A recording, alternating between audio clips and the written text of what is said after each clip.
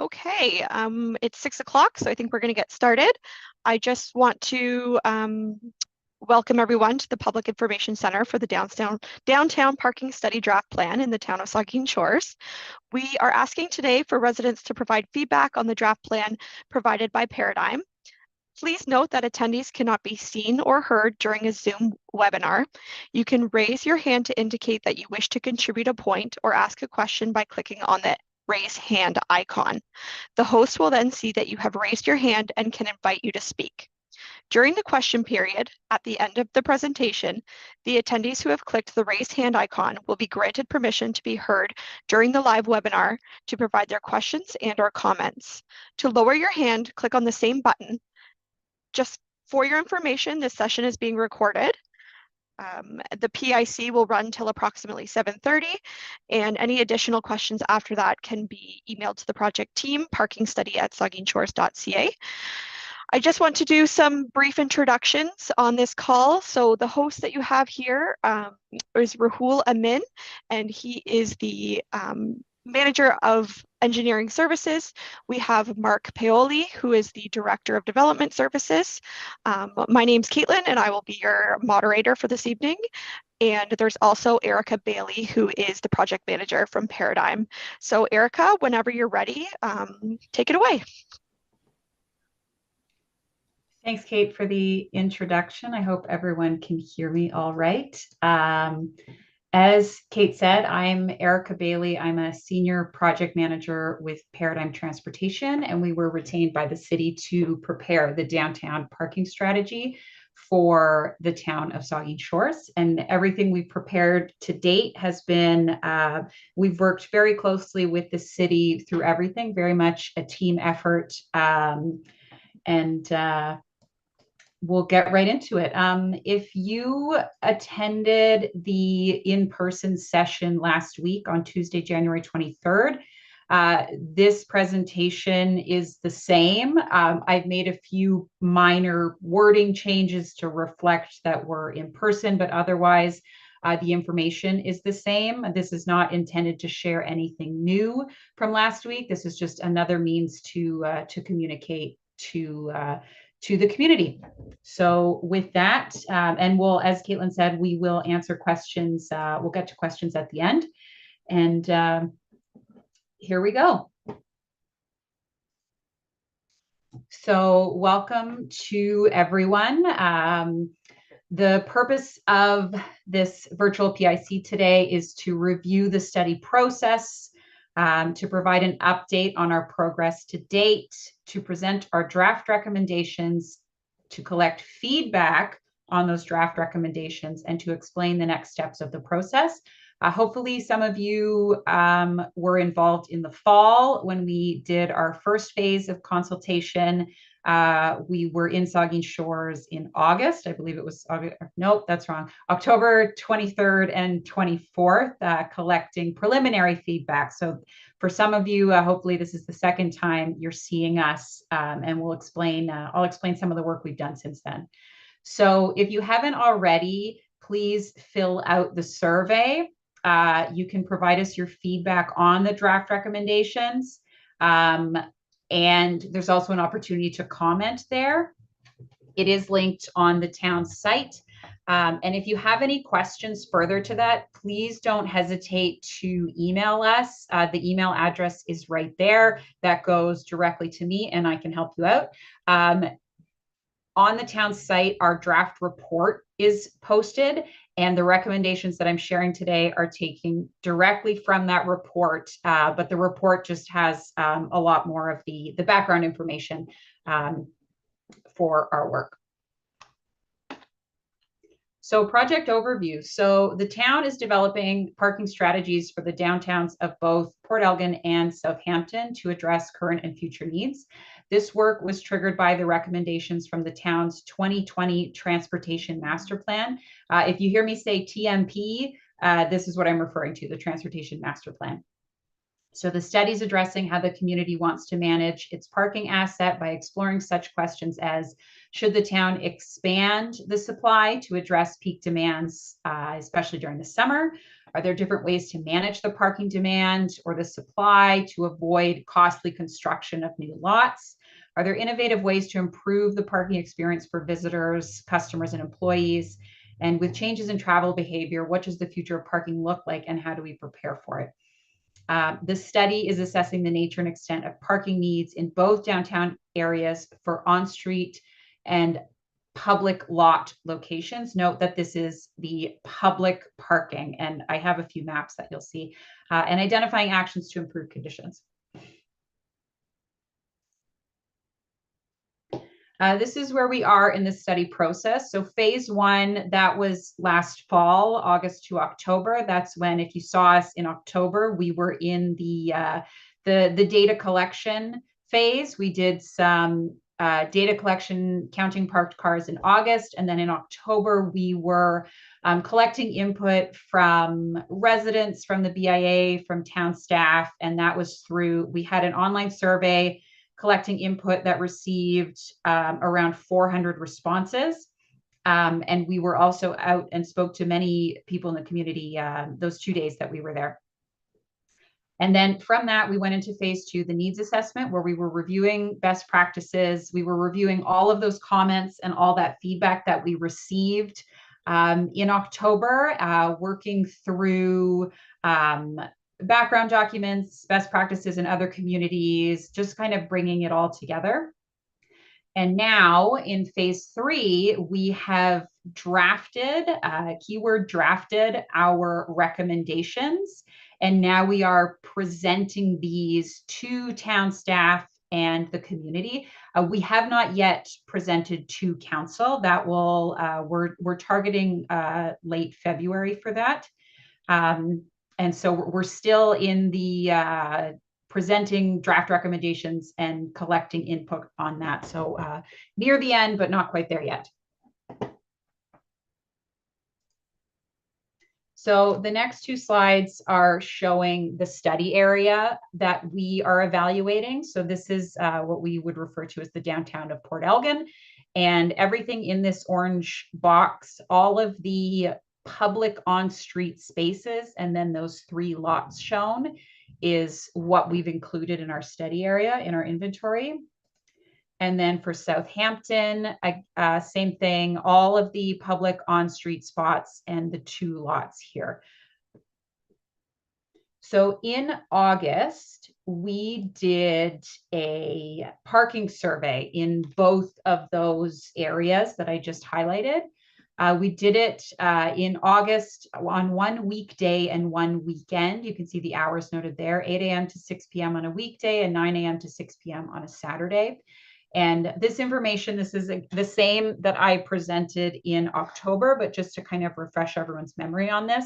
So we counted all of the parked cars. We counted it every hour in those times on both of those days. And this allowed us to see the total parking demand as well as how long people are parking for.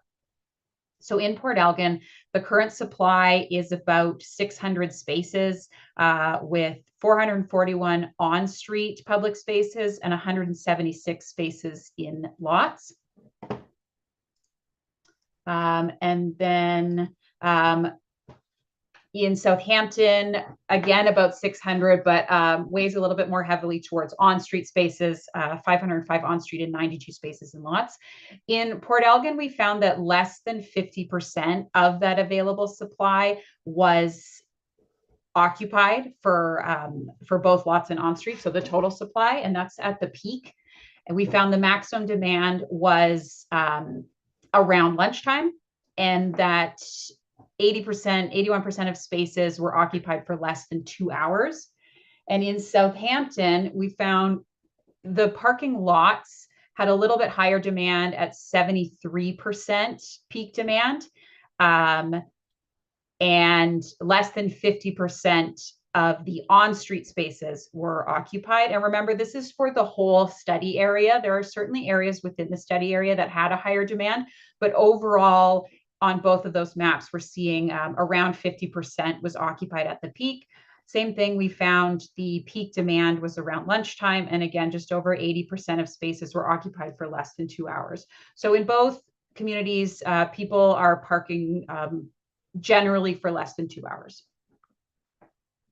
So from all of that, and from all the feedback and input we collected in October, we have developed a set of draft recommendations. They are split into short term, which we say is about 0 to 5 years, medium term, kind of 5 to 15, and then long term is past 15. So for our short-term strategies, kind of two areas. The first being to optimize the supply and increase the efficiency. And the strategies that we've identified are to identify opportunities to reduce wasted space in existing parking lots and improve the lot design and conditions, such as paving and parking space delineation. This is also true for on-street. We know there's a few spaces on 21 that could be striped better. So it's that kind of thing, so that we can make sure that that the space is being used to its best potential.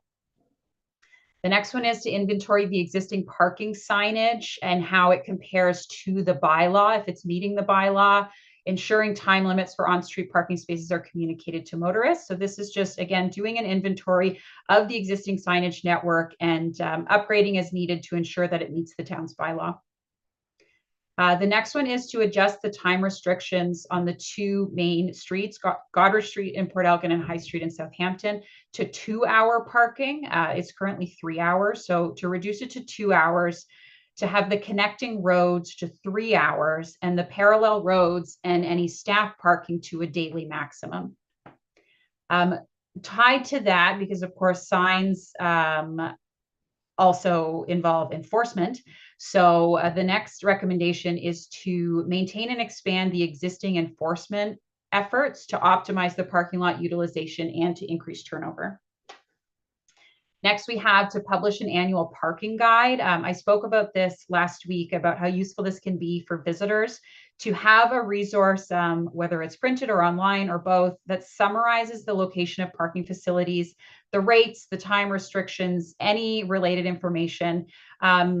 This is also helpful if it shows things like pedestrian linkages. So if there are parking areas that we are encouraging people to use when they park there, what's the best and safest way for them to walk from their vehicle? Because of course your car is not the end of your trip. And this, I was saying this last week, unless you're going to the drive-through, you're typically walking from your car to your destination. So how do we make those routes known?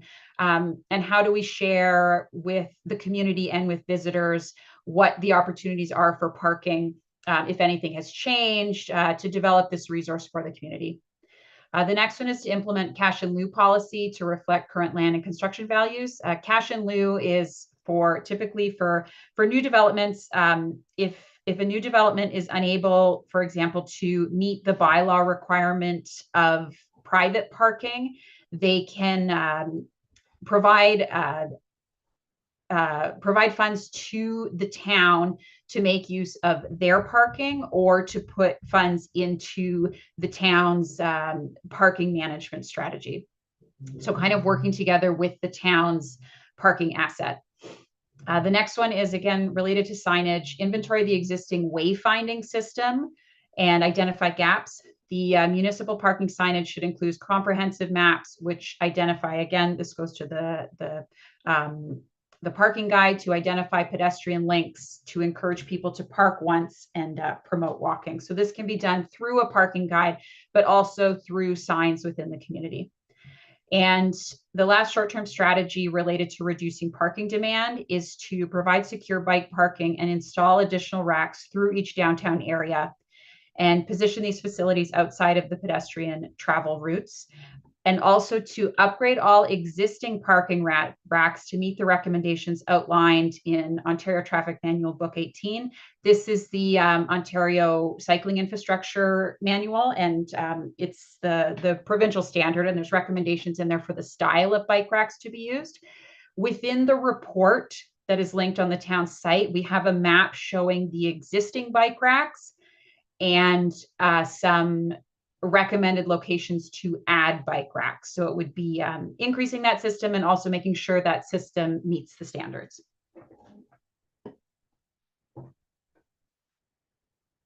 Going into medium-term strategies, again, for optimizing supply and increasing efficiency, we have employee parking and consider allocating employee parking in peripheral lots to encourage employees to stay out of the prime on-street parking spaces, to keep those for the higher turnover uses of customers, visitors, that kind of thing, and then repave the lots and add markings to increase supply as applicable, which that part's kind of identified in the short term, but now we have it tied to employee parking.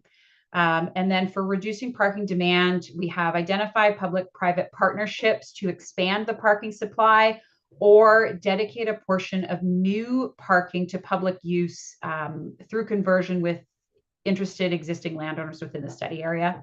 Tied to that is also working with private landowners on case-by-case basis to use space for either peak periods or special events. And then continuing to promote the active transportation network and resources through the implementation of the recommendations in the Transportation Master Plan. And then lastly, going into long-term strategies, we have reviewed the feasibility of public transportation, either on demand or conventional, to connect the residential areas with downtown. There was also discussion about using this for tourists as a way for tourists to park off the main street and have access to the main street and access to the beach. So that is the end of the recommendations. And moving into next steps. So after this, this is our last scheduled kind of open forum, but the survey is open until February 9th. So again, please, if you haven't filled it out, please do so. Or if you have other comments, I'm not sure if the survey will allow you to fill it out twice, but if you have additional comments, please email us. I think the email, I can flip back to the email address. If you think of other things, please email us. We absolutely review every email that we've received. So we will be summarizing the engagement as it relates to the recommendations and include all of this in our final report. And then we will be presenting this to council and eventually issuing our final report to town staff. So the next time you'll see us again, the presentation to council, I said we're targeting late February. And then getting involved, again, this is just reiterating to fill out the survey if you haven't done so already, or send us an email February 9th. I'm just going to flip back to that email address so everyone can note it down if they haven't already. There it is at the bottom. Oops. There you go. That was everything for the presentation. Caitlin, or anyone else from the project team, if you have anything else to add, or can we go right into questions?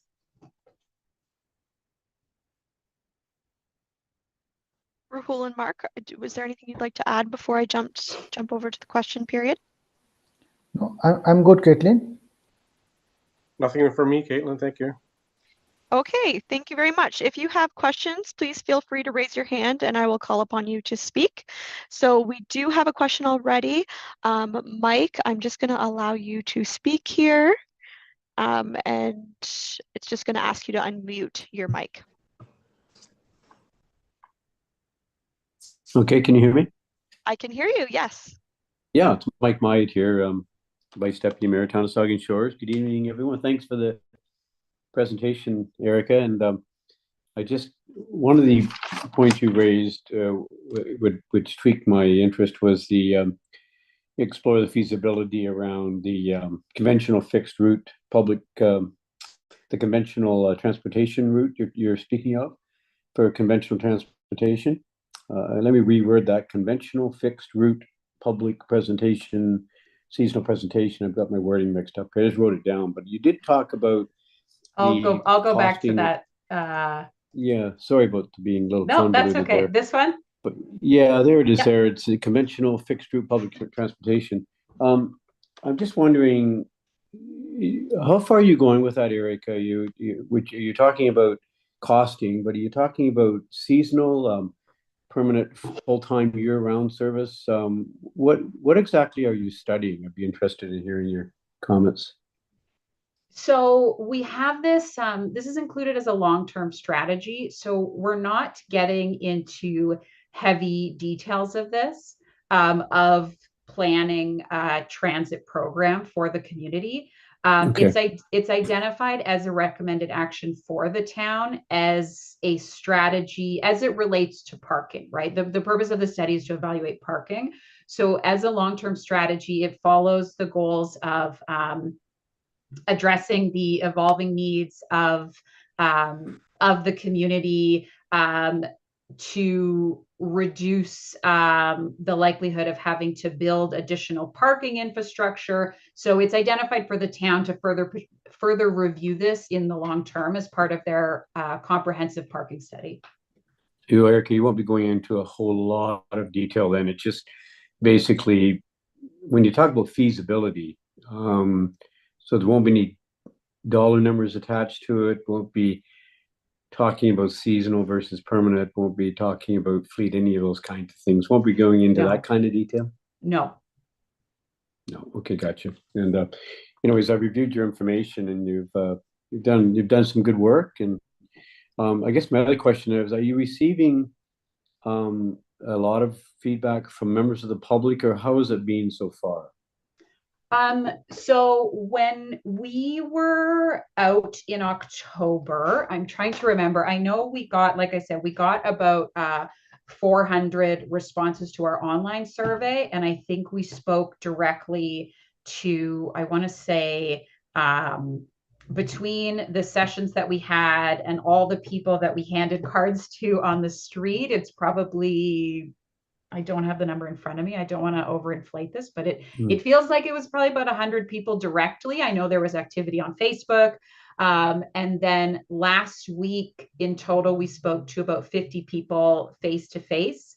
And our second survey that we have out now for the recommendations, we have about 100 responses. Okay, great. And how many are on the call tonight, Erica? I see we have 10 attendees.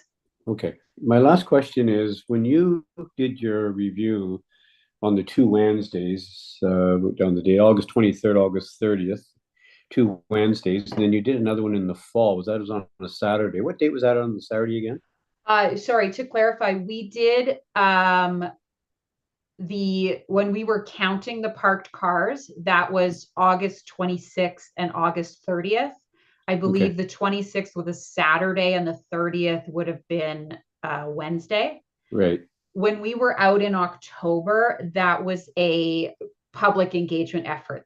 We were not counting the parked cars. We were talking to people, sharing information, encouraging them to fill out the survey.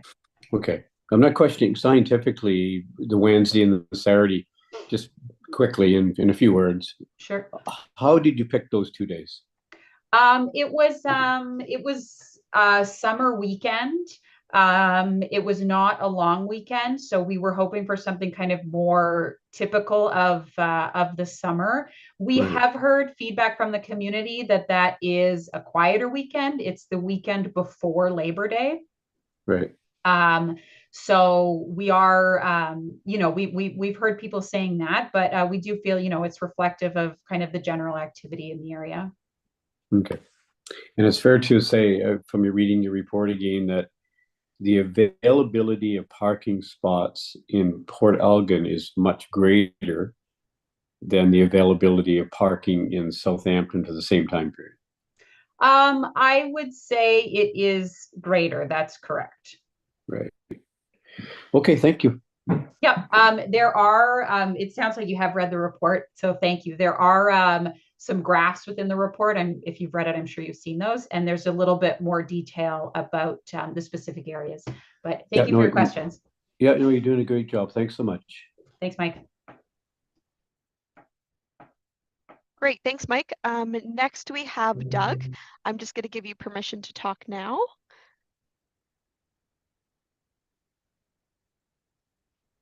Okay, you hear me? Yep. Hi, Doug. Hi. Yeah, my concern is with I got no problem with the angle parking uptown as it is, but I have a concern about angle parking at intersections like on Grosvenor and High Street and here on High Street. Cars do not stop whatsoever at those stop signs because they can't see what's coming down the street. Thanks, Doug. Sorry, I'm just writing this down. Okay.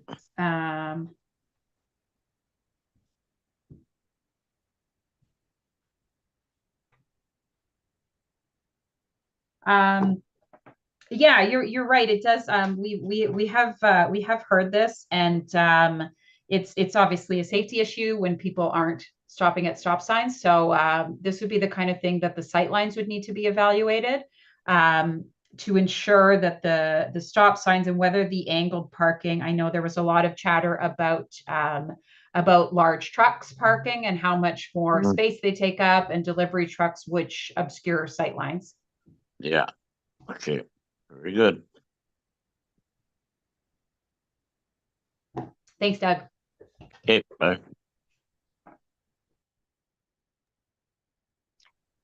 Thank you, Doug. Next up, we have Vicky. I'm just going to give you permission to speak now.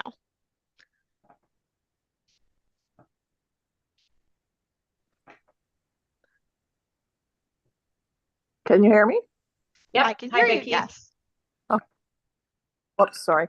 I wanted to just comment once on something on the heels of the last one about the dates of the study that you did. And then I have more importantly, a question for clarification that I'm seeking on. Okay. The two dates that were surveyed in end of August, the one that was that weekend date, which was, I think it was the 26th or somewhere around there, 26th, Yep. 27th. That was also what's known as Cups Day in tennis. And so it would not be busy downtown, as busy as it might otherwise be, because everyone is off at all the various events going on. And then the following week, that last week of August, I would think that's not a typical sort of week in town, because that's the last week of the summer. And typically that week is a much quieter week than the rest of the summer. But that was just a comment on those. My question, though, for clarification is, when you talk about the first level, the 1 to 3 year plan, and you talk specifically about the parallel streets that will be having something called a daily maximum for parking. Yeah. What is that? What does that mean? And does it affect overnight parking? I mean, just what does it mean when it says daily maximum for those parallel streets? So the daily maximum, and this is flexible. It could be a daily maximum could be set at 8 hours. That's pretty typical. As I understand it now, all the parking is actually 3 hours. So setting areas to a daily maximum of 8 hours or 10 hours, depending on what the town feels is appropriate. Okay, so when you say that's Yep. in the window of the daytime period, right? That's not in a 24-hour cycle, or is it in a 24-hour cycle? That can be, those kinds of things would be determined in the details. We're not at the level of providing that much detail. Okay. And it's something to be kind of fleshed out on. If it is 8 to 10 hours at any time during the day, or if it's, if the 2 and 3 hour areas are parking for 2 hours between 8 a.m. and 10 p.m. or whatever it might be, right? Mm-hmm. Mm-hmm. Okay, so it could be within those parameters, but you really haven't set that out yet. Yep. Okay. So I was just going to say, is the concern maintaining overnight parking? Is that kind of what you're getting at? Yeah, the concern is purely selfish here. We live on Palmer it's all Street, good. which is one of the parallel streets. and we have a large family, and our driveway does not hold everything.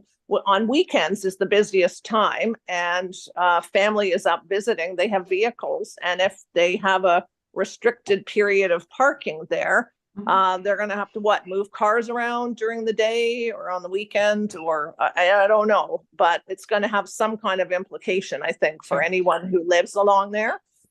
And that's why I needed some clarity on it. No, understood. Thank you. Was there any, did you have any other questions, Vicki? No, that was just my concern, and I'll put that also into the survey as well. Yeah. That's great. Thank you.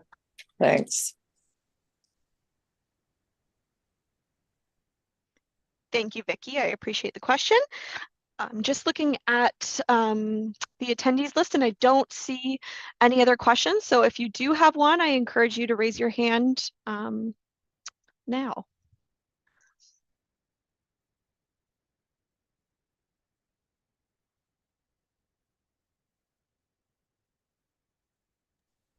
Has anyone had a hard time finding the survey? They cannot respond unless You're I call right. upon them. You're So, right. but I did get another hand raised, so I'm just going to call Sure. upon them to speak.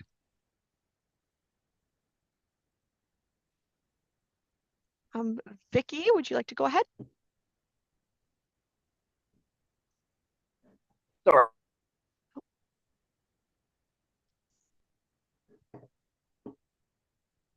I'm just going to pull up. Vicki, I can't hear you. Are you able to unmute your microphone? Oh, there we go. Can you hear me now? I can, yes. Okay, it's actually Arthur. My husband is here. He has a question. Awesome. So my question was that obviously the parking situation is very seasonal. The 8 weeks or 9 weeks over the summer are the peak periods. So is there any thought, I mean, and also in the winter, there's no parking essentially overnight because of snowplow restrictions. So is there any thought to having different rules at different periods within the a 1 year period? Thanks, Arthur. So we talked about this has been brought up about how some neighbors were saying that the community parking issues are isolated to the 2 summer months. So we talked about, for example, having additional enforcement during those times, because that's when we'd really want to be encouraging that turnover. And then as we talk about the public transportation or the on-demand transportation, if those would be services, I learned about the I believe it was called the trolley service pre-COVID. It stopped at COVID. Right. As something to offer during those busy times. So it's not uncommon for communities to have regulations that only apply during certain times of the year. There's in a lot of communities in Ontario, there's no overnight parking from December to March because of the snow and those kinds of things. So not unreasonable to have those kinds of regulations that apply sometimes and not other times.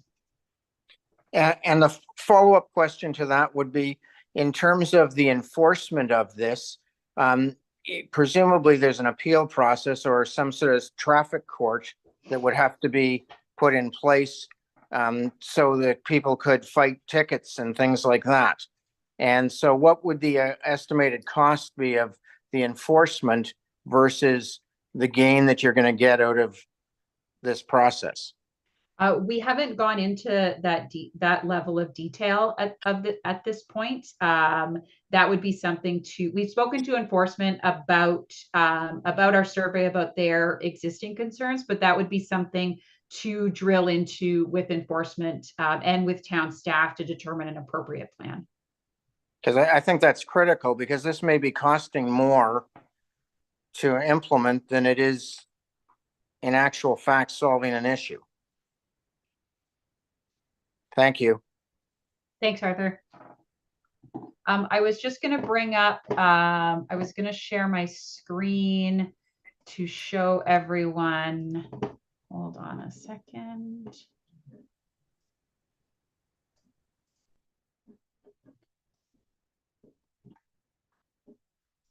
Of course, right when I need it, right when I'm on the spot. That's okay. We do have an additional question, but I can wait until after if you'd like. I've got it here.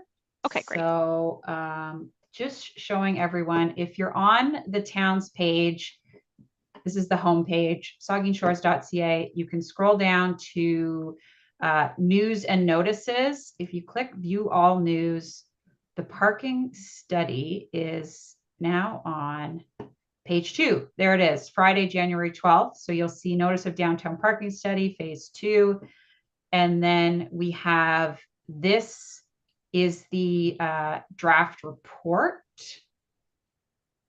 And you can click through that. So that takes you here, free parking. This is, there you go, study for downtown, a little bit background.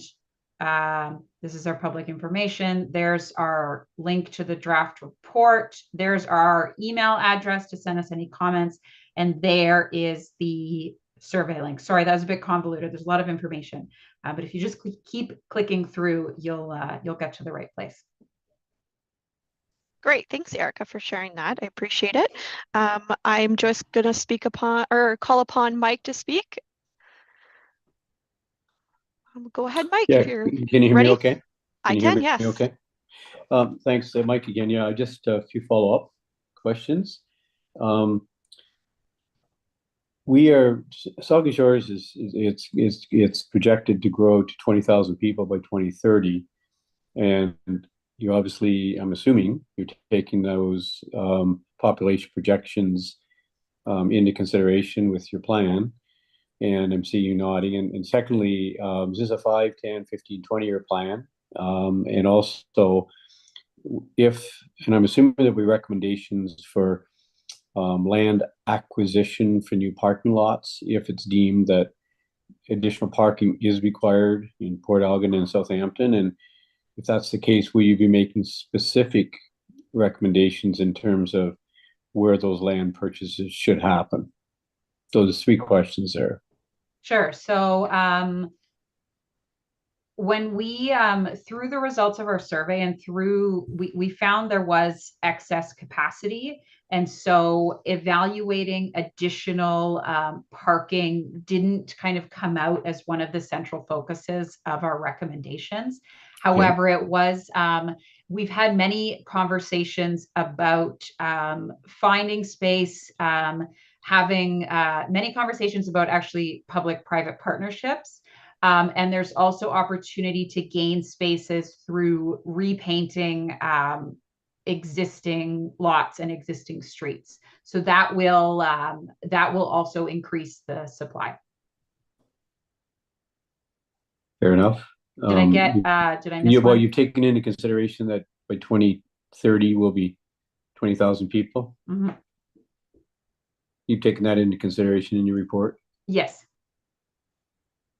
Okay, and my last question, it's a nasty word with some people, obviously, in our community, but, was in the report, in your terms of reference, was there any discussion, any consideration for paid parking at all in any areas of town, or is that not being looked at? We did include it. It was heavily featured in our initial survey that we did in October. And when we did our engagement, we had posters up. The survey had been open for a couple of weeks before we came out in October. And so we had posters up. It was a grid showing some of the comments that we had received so far. And one of them was paid parking. And we had people that passed by and people that came to the sessions. We had stickers. They could put a red dot on things they didn't like and a green dot on things that they did like. And the paid parking one was the one with the most red dots, of course. Yeah. It was, so it did come up, but it ultimately, with just kind of the general sentiment of the community, again, it didn't rise to the top of priorities and recommendations. I want to be clear, I'm not proposing that should happen, by the way, but I just was wondering if that was Sure. I should have spent more time looking at that survey, but however, that's good to know. Thank you. Mike, to that point, that survey is no longer open, but it is summarized within the report. Our first phase of consultation is summarized within Great. the report. I'll take another read at that now Sure. that I'm on this topic a little bit more. So Yep. Thank you. Great, thank you, Mike. Appreciate it. I'm just going to move on to BP. I'm just going to give you permission to talk now. And if you just would like to unmute yourself, you'll be able to ask a question or give a comment.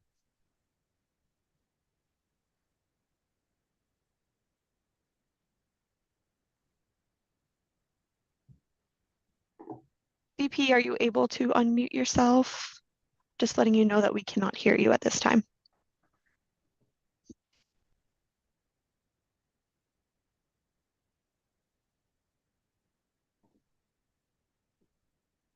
Oh, they've put their hand down. If Yes, you their hand is. if you still want to speak, please put your hand back up.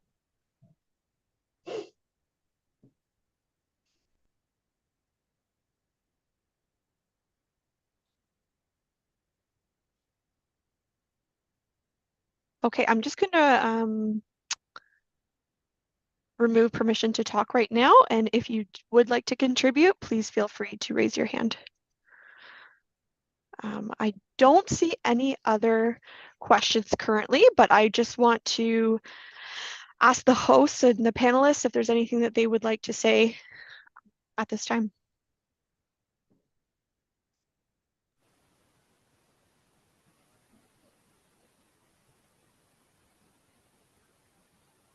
I'll just say thanks everyone for joining and for your comments.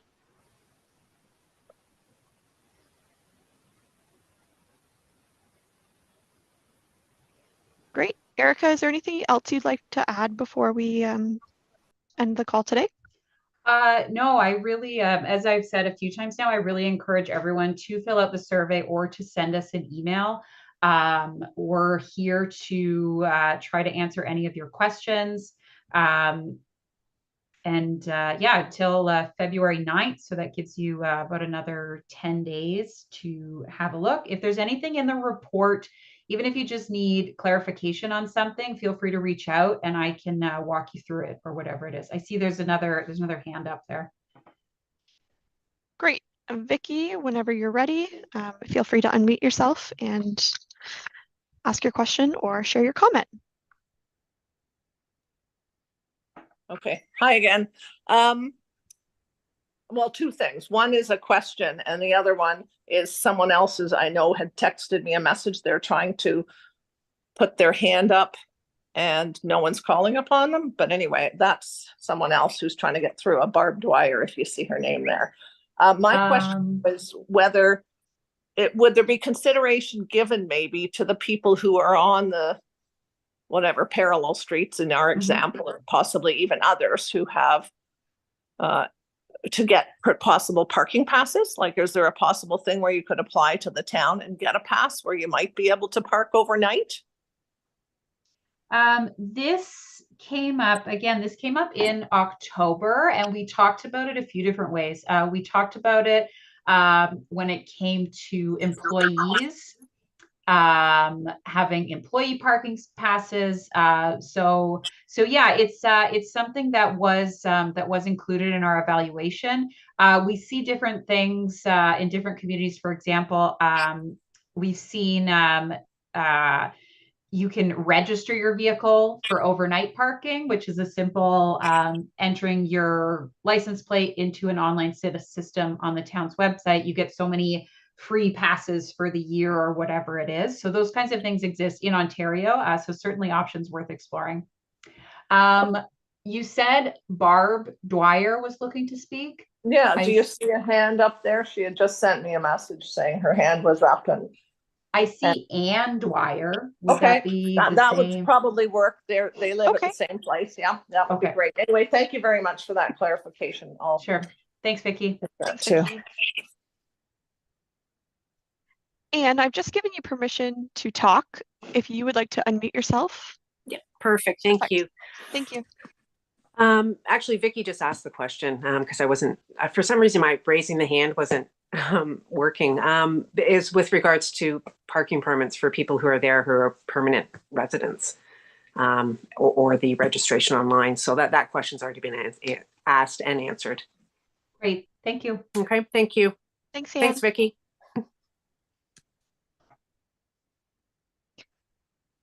Okay, if there are no further questions, I don't see any currently, so I just want to thank you all for your time today.